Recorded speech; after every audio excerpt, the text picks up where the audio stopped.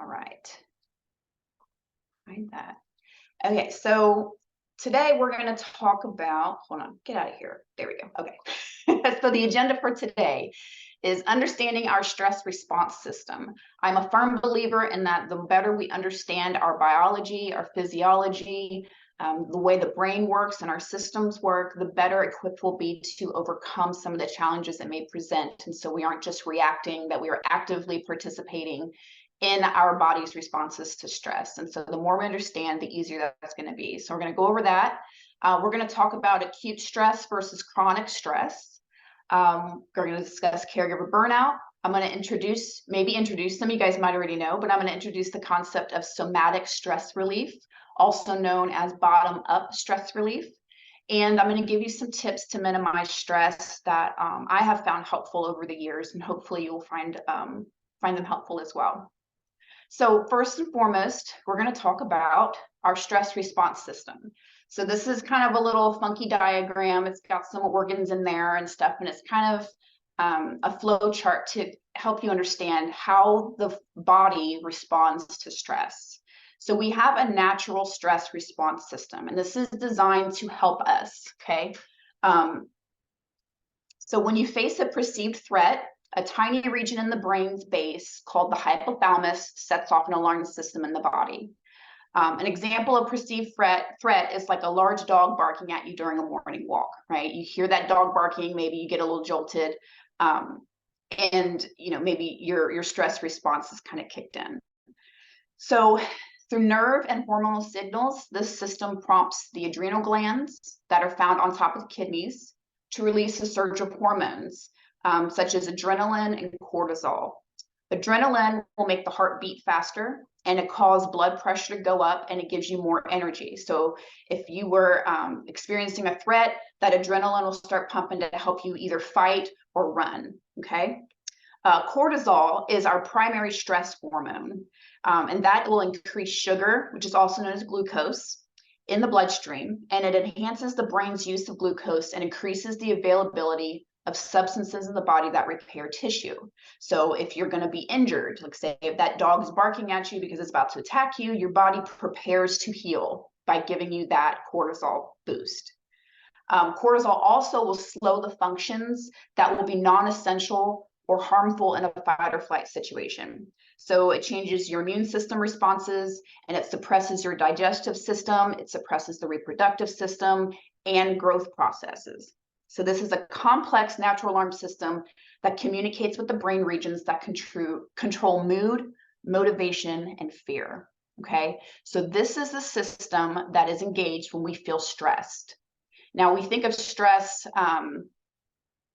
it's not necessarily always a life-threatening danger, right? But our bodies don't really know that. So a dog barking at you behind a fence isn't going to be as life-threatening as, a dog barking in an alley somewhere that's snarling and drooling. It's not going to actually get to you, but your body doesn't know that. So it's going to prepare you for worst case scenario.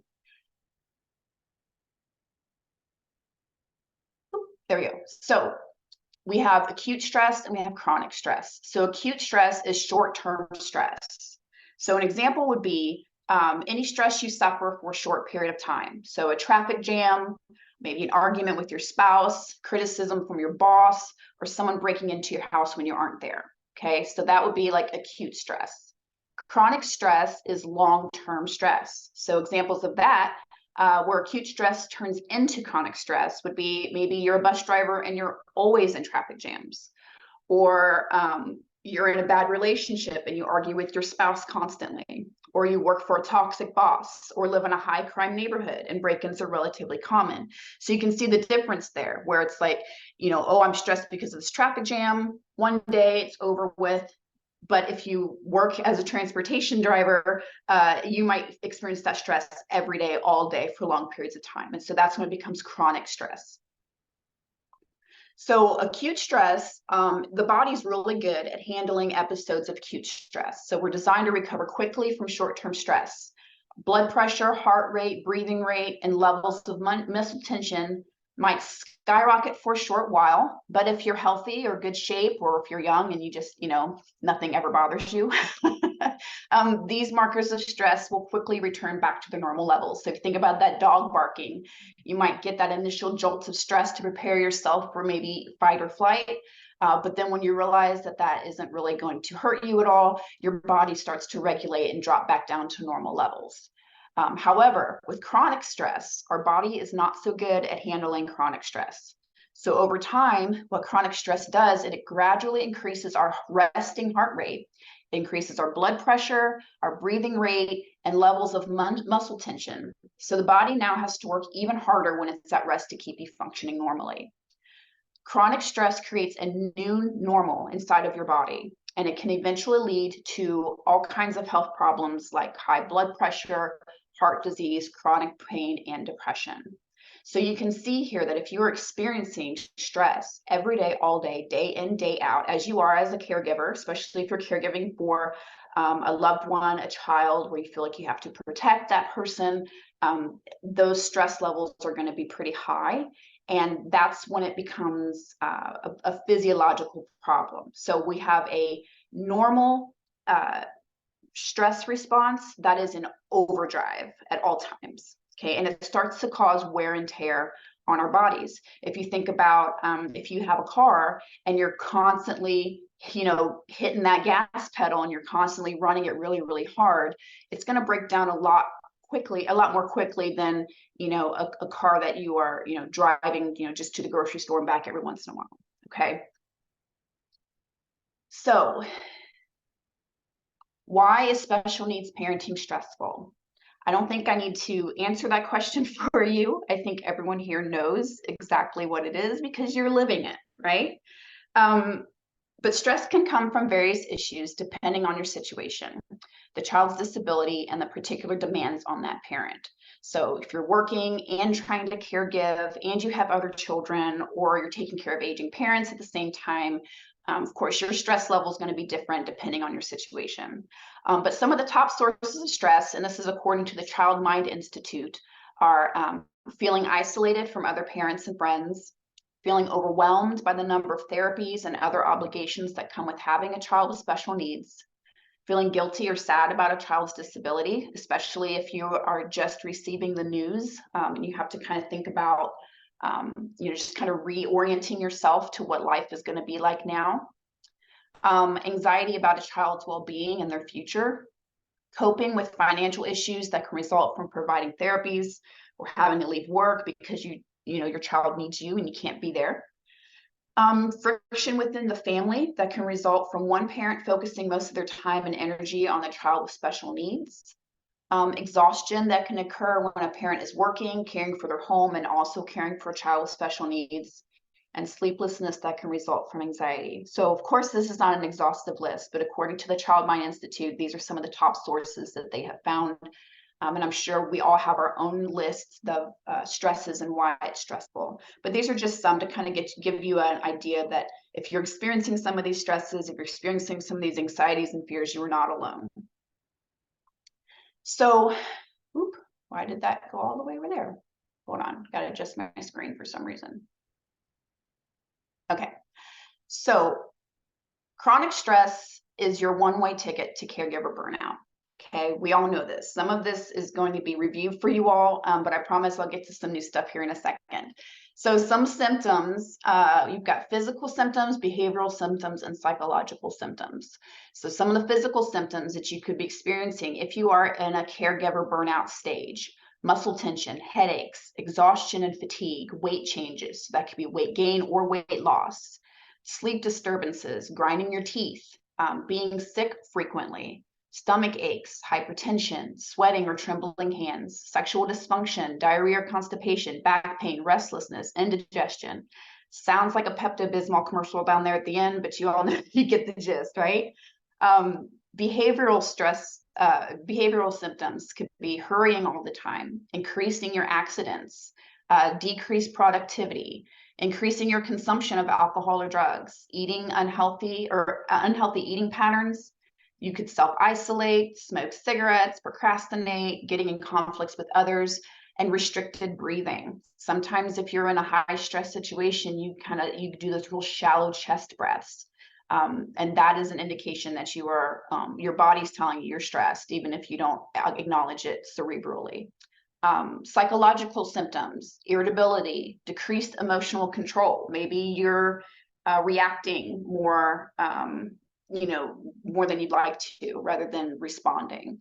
You're worried often, you're feeling overwhelmed, you're easily frustrated, you're having a hard time concentrating, you're forgetful, you might have thoughts of running away, you may have lost your sense of humor, difficulty making decisions, crying spells, or intense bouts of anger. Now, again, you're not going to experience all of these, but these are common symptoms of stress, chronic stress, and burnout. Okay, so if you can identify with, some or all of these, it's good to start taking a personal inventory of where is your stress level and how well are you coping. So, now there's my screen's all messed up again. Excuse me. So we think about isolation, especially if you are taking care of a child with special needs or intense needs. Your social life is probably not where you'd like it to be. It's probably a lot more difficult for you to get out into the community. Maybe some friend relationships have fallen away. You don't have that support that you used to have. And so isolation definitely contributes to depression. It contributes to caregiver burnout because you are basically just doing for someone else, and you are not providing those social outlets that we need as human beings to be healthy and balanced. So some ways that you can mitigate feelings of isolation: find a support network outside of your immediate family. So there's online and in-person support groups for just about every diagnosis out there. Okay, so family, if you have extended family, it can be a great support system, but it's good to kind of get out of that space and find new people, get new perspectives, and new supports from other people.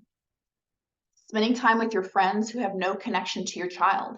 Support groups are great, but that's still kind of doing something for your child, right? Or that's still something that is involving the topic of your child and caregiving. So if you find friends who have no connection to your child, that's just a relationship for you, that can be very, very helpful with feelings of isolation. Planning social activities that put you among people who care about you. Time for activities that are purely pleasurable. Reading, running, painting. I personally don't find running very pleasurable, but some people do. But just things that you're doing because you like to do them. That's incredibly wonderful for your mental health. So one way you can think about it is like you're depositing money into a bank and you're building up cash reserves. And we're going to revisit this analogy later.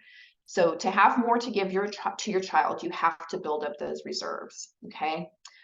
Experts will emphasize the importance of reclaiming an adult-only social life. Okay. And if you are co-parenting, if you have a partner, a spouse, somebody who is in the trenches with you, some things you might want to think about: what are you doing for yourselves? What are you doing as a couple to support each other? When's the last time you had a date night? When does the last time you spent time with friends? Okay.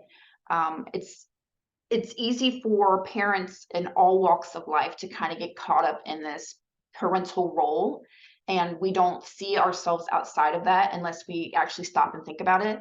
But I think it's exponentially more difficult for someone who's parenting a child with high needs or intense needs, because they're not going to grow out of it, right? This is kind of the path that you're on. Your stress isn't going anywhere, and so it's important for us to acknowledge when our bodies are telling us to slow down, to stop, to rest, to reach out to others. Okay, because this is essentially your normal, right?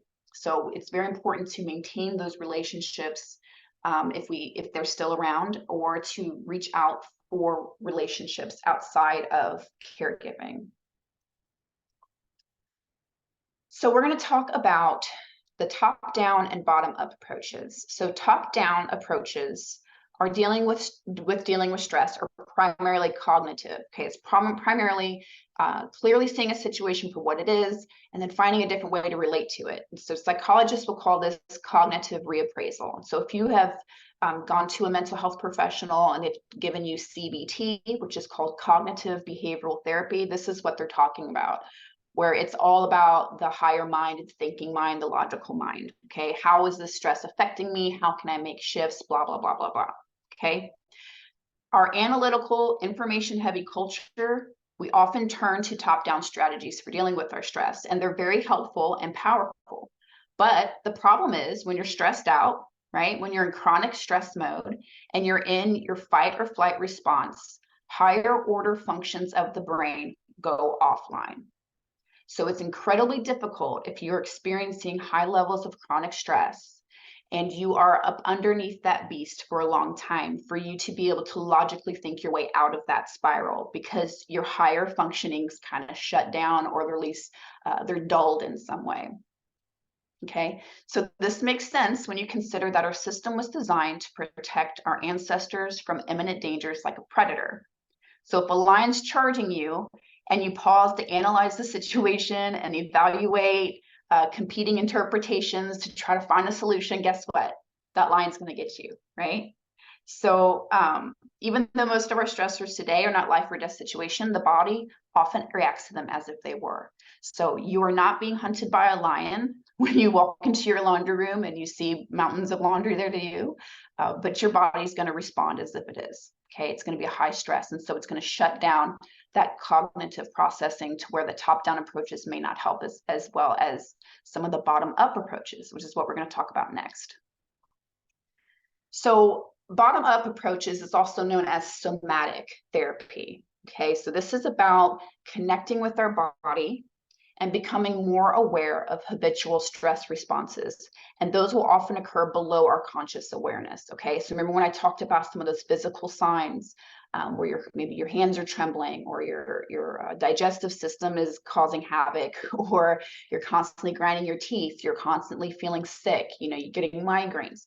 These are below our conscious awareness. These are stress responses that our body is showing us, but we might not see it as that. Okay. So when we learn to practice, or when we learn practices that activate our body's natural calming mechanisms, it modulating our nervous system and the reactions to the world around us, we can maybe it's like it kind of smooths out that fight or flight response so that we can migrate into those more cognitive, analytical stress relievers. I hope that makes sense. So most of us today have a dysregulated nervous system, I think. We experience pain or stress and we distract ourselves with, our phones. We might numb ourselves with alcohol or over-the-counter drugs or prescriptions or food, rather than turning into our body's natural signals. Pain and disease are signs that we need to rest and recuperate. The body knows how to do it. We just have to be able to detect the signal and listen to its gentle voice. Okay. So this, I hope, is giving you a little bit of perspective on how our body works. And for me as an individual, when I understand that my body's doing exactly what it's designed to do, I tend to not beat myself up so much for feeling the way that I feel. Okay. And I hope that you're getting that too.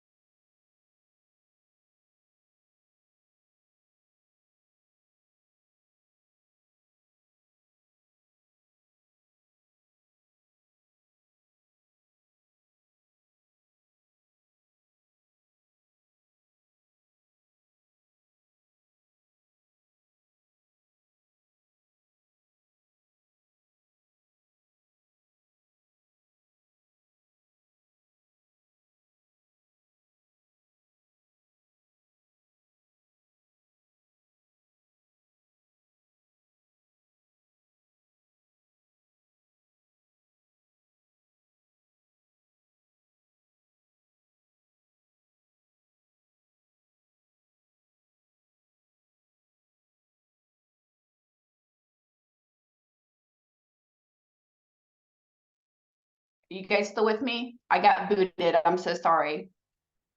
Yeah, it froze up and went away, but you're back. Okay. Well, let me see if I can get back to where we were, and hopefully I won't have to uh, go back and do it all over again. Hold on one second. Okay. So does this look familiar? I'm not sure where I got booted. Yeah, I think that looks right.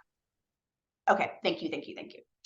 So I was talking about if you were part of my training on avoiding anger and resentment. You probably heard me say that emotions are energy in motion. So our body definitely does hold on to those emotions, and somatic therapy is a good way to kind of uncover those and to kind of release them. So I wish this would go away. There we go. There we go. Okay. So the process of somatic therapy, it can help you to either reduce your current level of discomfort or address behaviors impacting your daily life. Provides you with tools to work through fear, depression, and anxiety. It supports you in developing a positive relationship with your body and mind. And I think this is incredibly important because I think our culture kind of prevents us from really slowing down and hearing our bodies when they speak to us. And so somatic therapy is a great way for us to incorporate intentional time to listen to our bodies. So most of all, it strives to get to the root cause of your anxiety, allowing you to work through the negative feelings and create more meaningful connections with yourself and others. Using somatic tools to identify and explore the sensations within our body gives us a deeper understanding of what's happening inside. And this can lead to lasting changes in how we perceive stress and anxiety. So this obviously goes way deeper than what we will cover today, but I hope this will give you a little bit of inspiration to maybe look into somatic therapies. If you're seeing a mental health practitioner, ask them, are somatic therapies available to me, and would they be a benefit to me? Okay. So again, it's not to replace the regular top-down type therapies that we get, like talk therapy and CBT, but it can be incorporated to kind of do a whole, like whole body, whole mind therapy to combat stress. So next I'm going to go into just a few ways that we can use somatic therapy to reduce stress. And I really like these because it's things that you can do in the moment. So a lot of times we do something, we react out of stress, then we think about it later, oh, I should have done something differently. But these are things that you can do in the moment to kind of help you not be as reactive, okay? So this is called a 1-minute somatic release. So first, you unclench your jaw, okay? Sometimes, and I'm guilty of this too, when we're stressed, we will clench our jaw, we will grind our teeth, and we won't even know we're doing it. But then our jaw hurts. We got TMJ, we've got tension headaches. Okay, this is because our jaw is usually one of the first places where we tense up. So unclenching your teeth and relaxing, breathe, relax more, breathe again. Okay, that will help reset that fight or flight response. Next, move down to your shoulders, dropping them down and back while moving your neck side to side. This will release any tightness or stiffness. You guys ever go through your whole day and then, 8 o'clock at night, you kind of realize, wow, my shoulder's been up in my ears all day long. Okay, that's a stress response. That's your body telling you that it is stressed out and you need to chill. Okay, so dropping your shoulders, being intentional. I do this multiple times a day. After that, shaking your hands out, opening and closing your fists and stretching your fingers, that lets all that excess energy go. I remember reading this article a while ago, and they said that animals, if they are being hunted, like, a gazelle is being chased by a lioness, she gets away, she will automatically, her body starts to shake, shakes out all that extra energy, shakes out that adrenaline and that cortisol. Okay, we don't do that.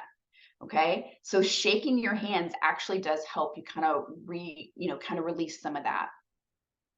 So moving on to your eyes, rolling them from side to side and blinking occasionally, moving your eyes around and up and down. This actually prevents migraines and tension headaches. And when we're stressed, we literally get tunnel vision, right? So moving our eyes around kind of resets something in our brain to make us like less in that fight or flight mode. Next, and you might feel kind of goofy doing this, but it does help, stick out your tongue. Open your mouth and stick your tongue out. And this will help you unclench your jaw even more, and it will help relax the other muscles in your face. You know, if you've got that permanent scowl, you know, that clenched jaw, those furrowed brows, this will kind of help you reset that, okay? Hold on, this is kind of in the way here. There we go. And for the final step, you want to take 3 deep belly breaths, inhaling and exhaling fully. And we'll go over breathing exercise next. This is the fastest way to reconnect with your body and yourself. Okay. You will notice a clearer mind and less tension almost immediately. Okay. So this is just a very simple 1 minute somatic release that you can do if you feel that tension boiling up inside of you, just to kind of reset, reassess, give you time to think before you respond. Okay. Next, we're going to talk about something called the physiological sigh. Okay, this is something I recently learned and I have been using in my own life, and it is amazing how much better you feel after you do it.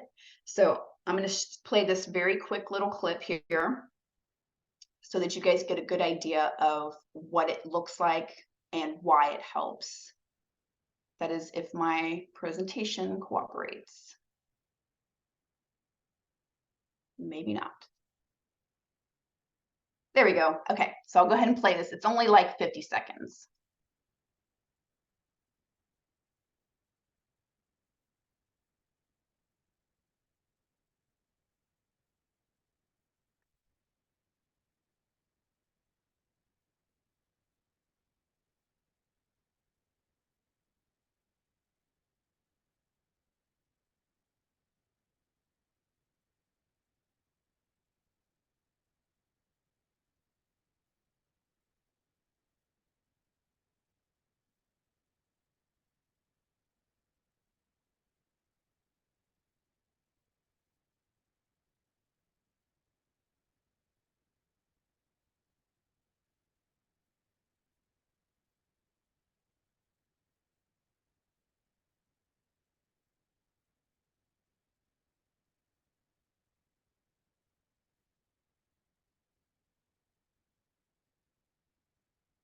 So I think that's incredibly interesting how just breathing tells your body that it's safe, right? As you think about when we're in that stress mode, we're in that fight or flight mode, that chronic stress mode, our body is preparing to defend itself or run away. And so a lot of our natural processes will be dulled, numbed, or shut off completely. Okay, so when we're stressed, you might notice you're just breathing very shallow in your chest. Maybe you're doing it all day long. I know this, I do this myself. And then I think, wow, I haven't had a deep belly breath, or I haven't filled my lungs completely all day. And as soon as you do that, you feel better. Okay, you're signaling to your brain, it's okay, all clear. We are not in fight or flight mode anymore. Okay, so you almost have to trick your body into not being freaked out. That's not the technical term or whatever, but you know what I'm saying. It's like you have to be aware of why your body's doing what it does so that you know how to combat it and how to regulate it. Okay. So next we're going to move into knowing our own natural rhythm. Now this is incredibly important. It might seem kind of silly, but I think it's incredibly important for us to know how our body works and why it does what it does, because it can help us to actually schedule our lives to where we're less likely to feel stress. So we're going to talk about the hormone cycle. Okay, so if you have a testosterone dominant system, your hormone cycle is 24 hours. If you have an estrogen dominant system, your hormone cycle is 4 weeks. Okay. So here's why it's important. There are times in your hormone cycle where you are going to be more energetic, where you are going to be more irritable, where you are going to be a clearer thinker. Okay. And so if you understand how your hormones affect your cognitive functioning, it's going to be easier for you to schedule your time so that you are less prone to that stressed out. So here we go. Here's a timeline of what you can generally expect from a man's daily hormone cycle. So in the morning, testosterone is the highest. Okay. So high testosterone will make a man feel more energetic, more talkative, more aggressive, focused, competitive, independent, impulsive, and confident. So during peak testosterone hours, you may be more easily angered and more likely to say no to a favor or request. Okay, so if you have a testosterone dominant hormone cycle, the morning might not be a good time for you to do tasks that typically annoy you. Okay, so if it's really difficult for you to get out of the house and get the doctor's appointments first thing in the morning because you're more short-tempered, this is why. Okay, so knowing that about your hormone system might prevent you from scheduling a doctor's appointment first thing in the morning. Okay, you might want to wait. So in the afternoon, testosterone is in the middle of its cycle. So if you're a man, you're going to be a little bit more mellow than you are in the morning and the afternoon. But you're not on empty just yet. So you're still upbeat, you're driven and focused, but you're not as easily ticked off. So you're more open to working with others rather than going solo. So now that you know that, you might want to schedule some of those more obnoxious things in the middle of the day because your testosterone is kind of mellowed out a little bit and you're going to be less reactive, less irritable, and less aggressive. In the evening, your testosterone is going to be at its lowest. So this is where your testosterone bottoms out.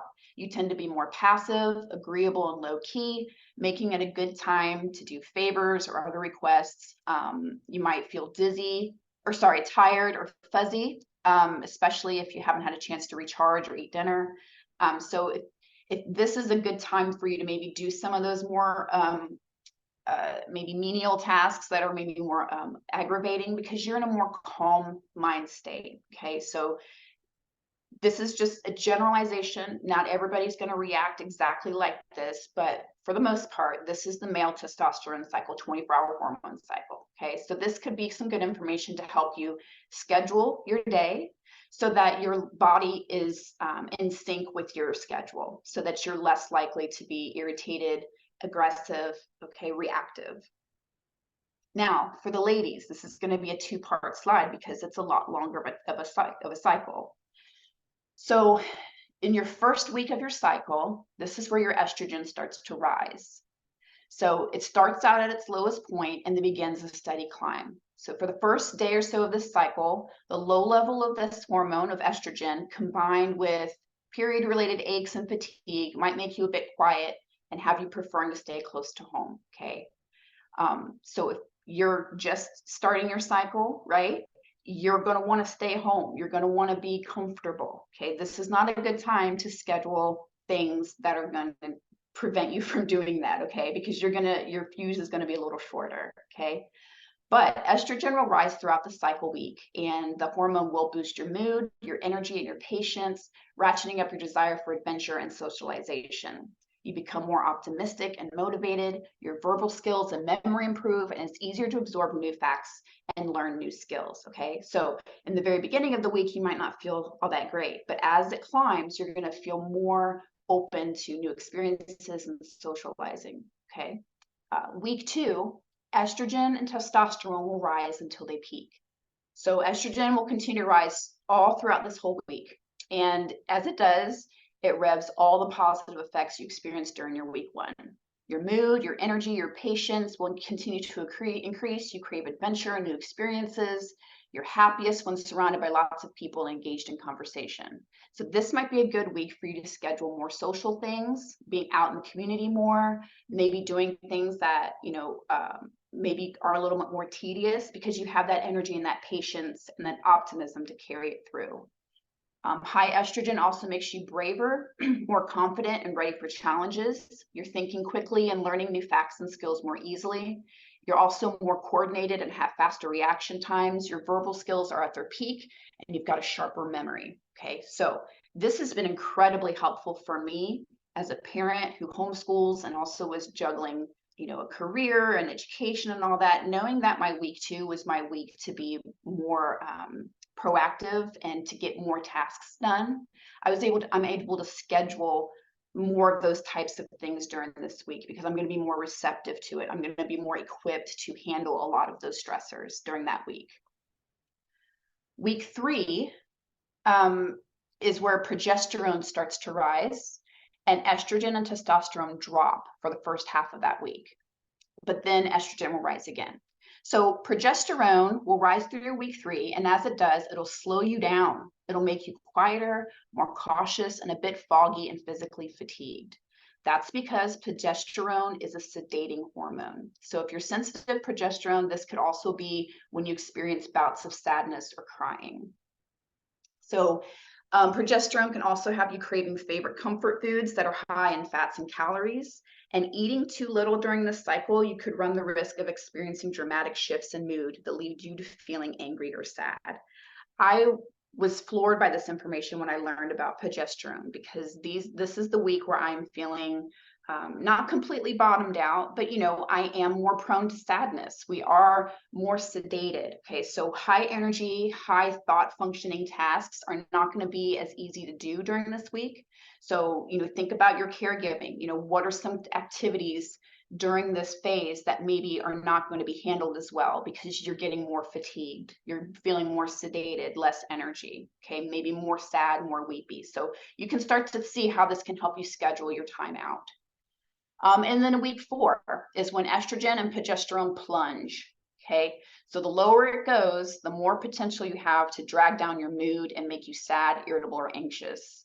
So generally, plunging estrogen can make you more cynical, pessimistic, and critical, since it has you focusing more on negatives than positives. So because of this, you're more wary, which makes you prefer safe or fully tested options over anything that is new or unconventional. Okay, so this is the week where someone says, hey, do you want to go try this new Thai restaurant?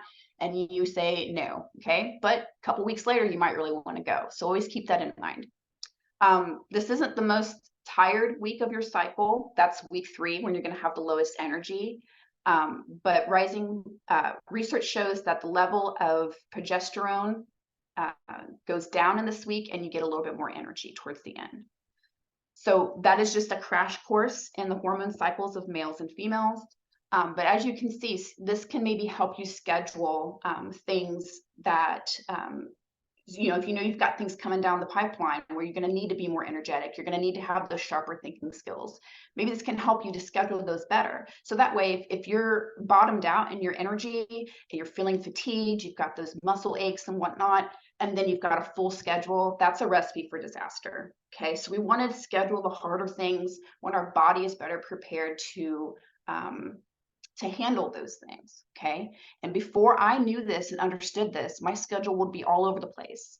But now that I know, hey, this week I'm not going to feel too good, so I'm not going to have anything hard this week if I can avoid it, it has made my stress levels a lot more manageable. Next tip I have for you, okay, is a parental mission statement. A parental mission statement is the overarching theme that roots all of your actions as a parent. Having a clear understanding of your own goals can be helpful when determining what to prioritize and what to let go of. And referring back to your mission statement can alleviate unnecessary stress and help you to manage your own expectations of yourself. I put this in here because a lot of times that parental guilt, it can be overwhelming, right? So by developing a mission statement, then you can kind of see where some of your behaviors, some of your actions, some of your priorities, maybe they are not as necessary as you think they are. Maybe some of the priorities that you feel are in your life never even really came from your idea of how to be a parent. Maybe that came from societal expectations or what you think it should look like. Okay, so having a mission statement can help you kind of decipher what's a good fit for you and what isn't. So my personal parental mission statement is I want to raise children who are comfortable in their own skin and who love themselves. So everything that I do falls under that mission statement, okay? And it has been very, very helpful for me to give myself grace when I'm very clear of my parenting goals, okay? And I think that the less we beat ourselves up as parents, the better parents we will be. And so I hope that you take time to decide, what is your mission statement as a parent? What are your goals, overarching goal, right? That everything else will fall underneath. Lastly, we're going to talk about an energy budget. Remember I was talking earlier about, thinking of it as like money. Your energy is an invaluable resource and you don't owe it to everybody, okay? And so, again, incorporating the information we learned about our hormone cycles and our bodies and how they're just naturally wired, it helps you to kind of plan out your energy budget. So think about, you get energy bonuses, throughout your cycle, just like you would get maybe financial bonuses throughout, a quarter at work or what have you. One of my favorite things to remember, to remind myself, is no is a complete sentence. Okay. For all you people pleasers out there, no is a complete sentence.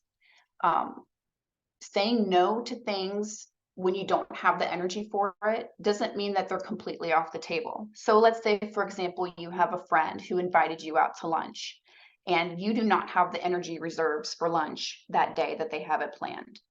You can say no, but suggest another day that you're going to be free, you're going to be social, you're going to have that energy. Okay, so it doesn't completely cut off the opportunity to socialize and to be less isolated, but it's like you kind of give yourself permission to say no for now and yes later. Okay. Take inventory of how you're spending your time and where you're spending your energy. I actually have a PDF that I am going to attach to the post survey that I'm going to send to you that you can print out.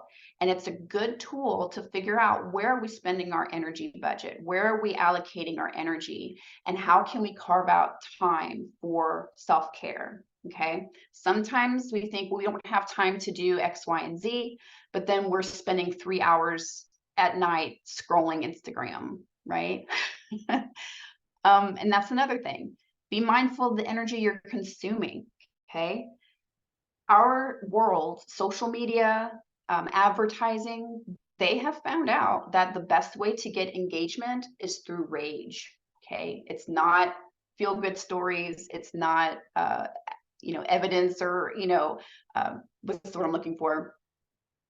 It's not entertainment. It's not feel good stories. It's not, it's rage. So if they can get you angry, if they can get you discontent, that's the goal. So if you're on social media, be mindful of who are you following? What kind of energy are you consuming from other people? Okay. I will frequently take social media breaks because I don't have it in me. I don't have the reserves to process everybody's foolishness. Okay. So I have a social media diet that I take very, very, it's very sacred to me. Prepare for hard days by scheduling soft days. What is a soft day? A soft day is where you know that that day you are only going to do things that make you happy, right? If you can. So I'm talking wear comfortable clothes, surround yourself with beautiful things. You can even do like aromatherapy, light a candle. You just know whatever is going to happen that day, it's going to be soft, it's going to be easy, it's going to be breezy. Okay. You can't do that every day, all day, obviously. But if you think about, where's your schedule? I need to schedule those soft days because I'm building up reserves for those hard days. That's how we prepare. Okay. And finally, keep your expectations realistic. Okay. I can guarantee you that 98% of us, maybe I shouldn't guarantee percentages, but I'm fully confident that the majority of us are not living up to the expectations of our culture.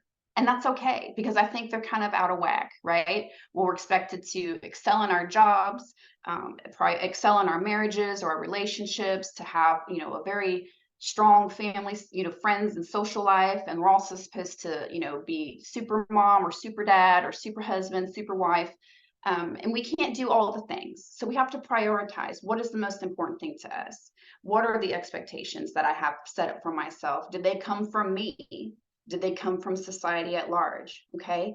Keeping your expectations realistic allows you to give yourself grace and allows you to be kinder to yourself.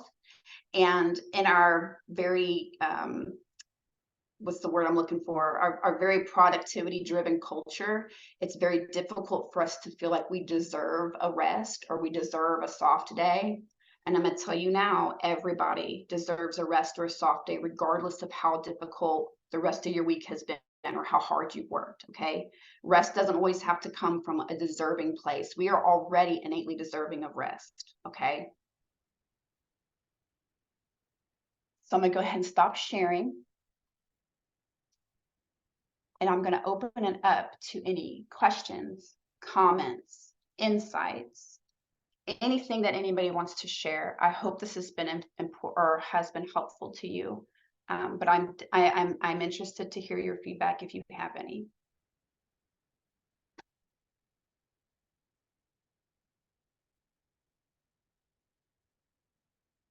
All right. Well, if you have not done so yet, please put your oh yeah, since I had to restart the meeting, everybody's sign in emails are gone now. So if you could put your emails in the chat once more, I apologize for that.